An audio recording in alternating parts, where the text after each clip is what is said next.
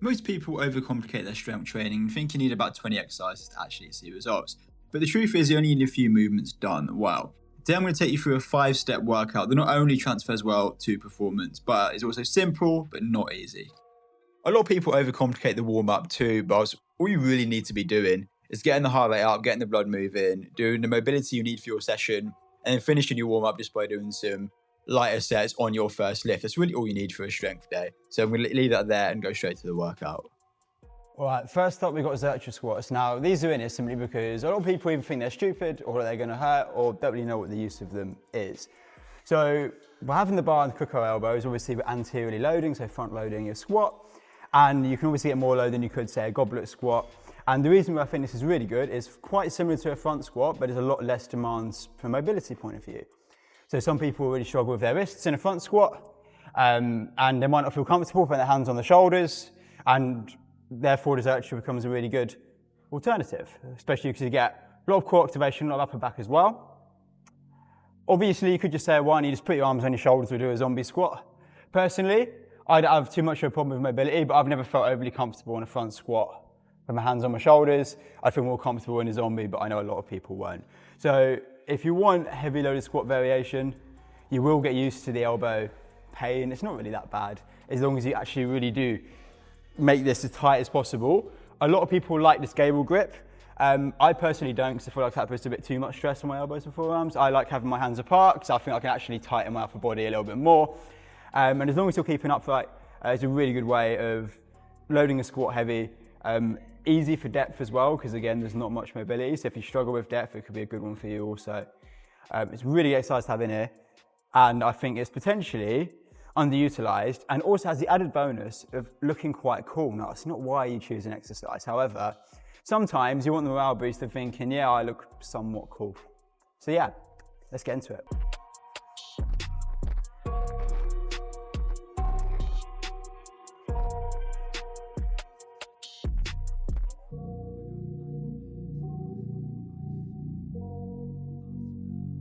All right, next up is farmer's carry. Now, I maintain that every single program should probably have some form of carry at some point in the week, because the benefits are endless. And if we're talking about training just for real life, then obviously what's more applicable in actually carrying things.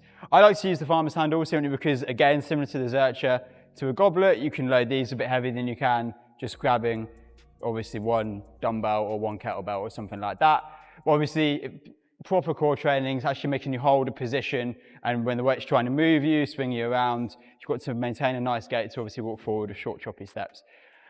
Farmer's carries are so applicable in terms of any performance training. And I've got Hyrox Pro coming up, so heavy farmer's carry is only going to serve me well.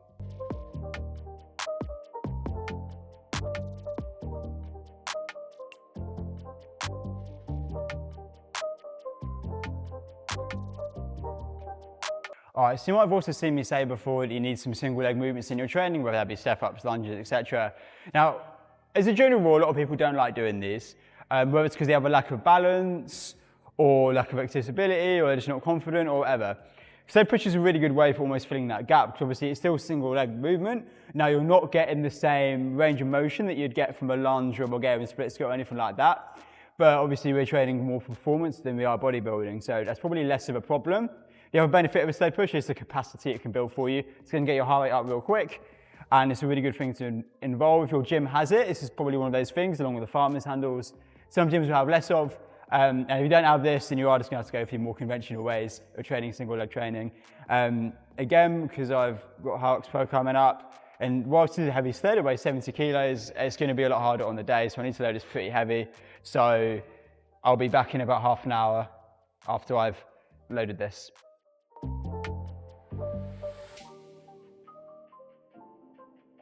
Right, let's see how this goes then.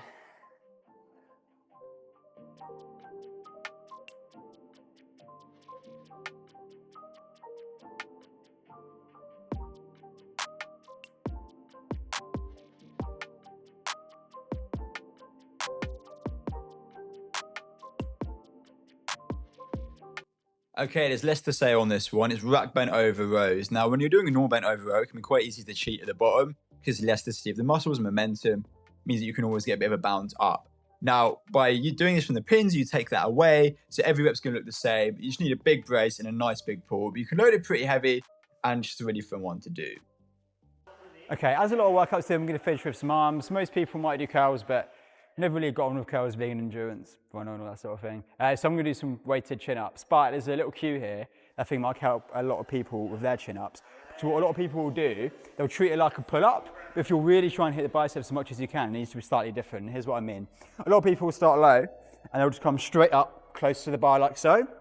But if you really want to hit the biceps, what you really want to do is as you're coming up, you want to imagine you're doing a curl, because then you'll come away from the bar, and you'll curl up. Literally, like a bicep curl on the bar. So that's a much better way of actually trying to hit the biceps if you're really trying to do that with your chin-ups. Than it would be likewise without doing that. Now what you can do, you can also, if you can't do weighted or even body weight, you can get a band, stick it across the pins, stand on it, to give you the assistance, or use a machine, or tie it from up here. Chin-ups, as always, everyone knows that pull-ups, chin-ups are really good exercise, but you really should be trying to do them if you can, or trying to get better at them, unless there's any mobility or injury issues there, okay? And it's just an easy way of doing them. So let's go straight into it. If you can't do them weighted though, the ability to obviously load this movement, which recruits so many muscle fibers, is amazing.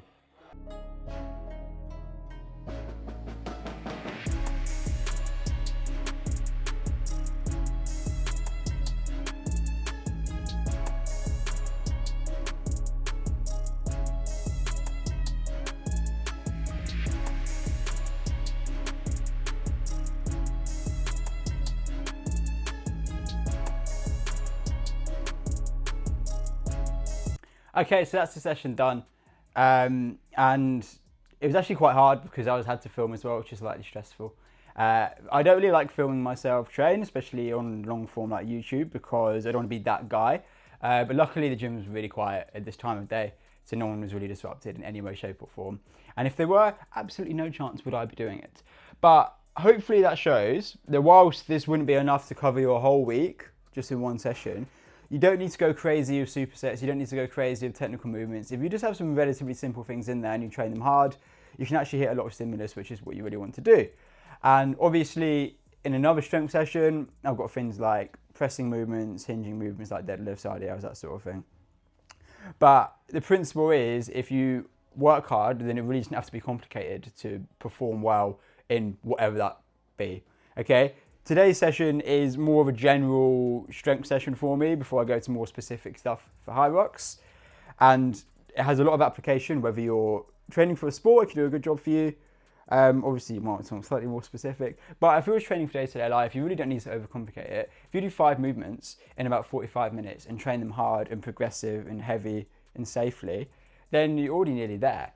Obviously at some point in the week you probably do want some conditioning in there because endurance is really important, especially to train that one muscle, the heart, that you can't really get from this other stuff. But again, that doesn't just have to be on the treadmill. It can be even things like boxing, hitting the bag is really good conditioning. You can really find so many creative ways to do it if you really try. Now, I've gone through a couple of technique bits in terms of the exercises I did today. If you want more things like that and help with technique, exercise selection, programming, that sort of thing, then I'm going to put a QR code on screen and just a link in the description to my email list. I just send you 1 to 3 emails a week, depending on how busy I am. With tips like this, it's completely free. Just unsubscribe whenever you want to. But feel free to check that out. And yeah, hopefully you enjoyed the video, because it's a bit of a different one, so I'm not sure how often I'll do this. But either way, I hope you have a lovely day.